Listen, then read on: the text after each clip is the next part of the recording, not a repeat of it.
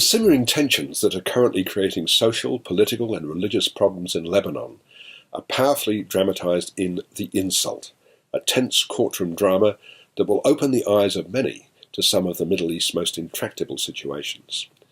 The film opens with an interesting disclaimer announcing that it represents the views of the filmmakers, not the views of the government of Lebanon. The director, Ziad Doueri, a Muslim, wrote the screenplay in collaboration with Joel Touma, a Christian, and the combination of viewpoints is essential to the success of this provocative and at times quite chilling tale. To fully appreciate the film's qualities, it's probably important to know something of recent Lebanese history. This country of 5 million is host to more than 450,000 stateless Palestinians who live in long-established refugee camps. More recently, there's also been a large influx of Syrian refugees, but the film doesn't address this problem. Tony Hanna, Adel Hanna, a right-wing Christian who attends political rallies and regularly listens to the hate speeches of assassinated Christian leader Bakir Gemayel, runs a small automobile repair business and lives in a first-floor apartment with his pregnant young wife, Shireen Rita Hayek.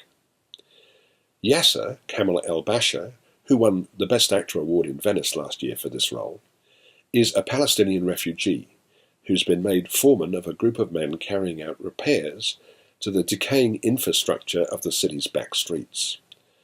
When Yasser points out to Tony that his guttering is faulty, the door is slammed in his face. Yasser has the guttering repaired anyway, and Tony furiously smashes it. This insult leads to a minor act of violence that in turn brings all the characters into a courtroom for a trial in which the actual issues of the petty conflict are soon overtaken by the weight of historical injustice. The Insult is reminiscent of the sort of film Stanley Kramer was making years ago in Hollywood, films like The Defiant Ones, Inherit the Wind, and Judgment at Nuremberg. Kramer's aim, like Doueri's, was to highlight controversial issues, racism, religious bigotry, justice, and package them in a sufficiently entertaining way so that large audiences would be given a chance to think about the questions raised. Kramer was accused of being too simplistic, and you could probably accuse Doueri of the same thing. Certainly, The Insult paints its issues in stark blacks and whites. In the riveting climactic courtroom sequences, Tony is represented by a pillar of the Christian community, Wajdi, the excellent Camille Salameh, and Yasser by a moderately inclined female lawyer, Nadine, Diamond Bou Aboud, and she just happens to be Wajdi's daughter. The two men at the centre of the drama are neatly contrasted.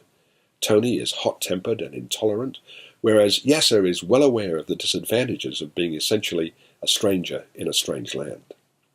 Yet, as we learn, there are understandable reasons for Tony's attitudes, and they reach back into the past conflicts of more than 40 years ago. Superbly acted by all concerned, and filmed in an unobtrusive, loosely fluid style, The Insult is both provocative and inclusive.